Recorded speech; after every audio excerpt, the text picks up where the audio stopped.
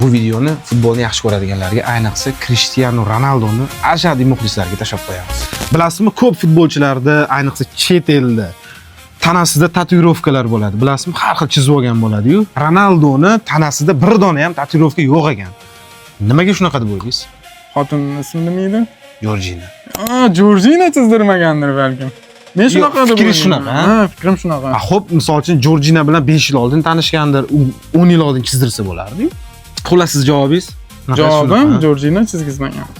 Diqqat, bu savol hammaga. Bu videoni Ronaldoni yaxshi ko'radigan любой futbol muxlisiga tashlab qo'yasizlar. Qani savolning javobini kim kommentariyada to'g'ri yozib qoldiradi? Nima uchun Cristiano Ronaldoni tanasida tatuirovka chizilmagan, ya'ni u bunga qarshi?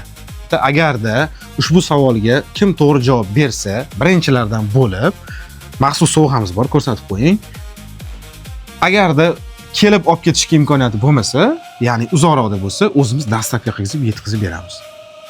O'zbekistonni qayerda bo'lishidan qat'iy nazar. Agarda chet elda bo'lib turib to'g'ri javob bersanglar, birorta yaqininglarning telefon raqamini qoldirsanglar, ularga yetkazib qo'yamiz.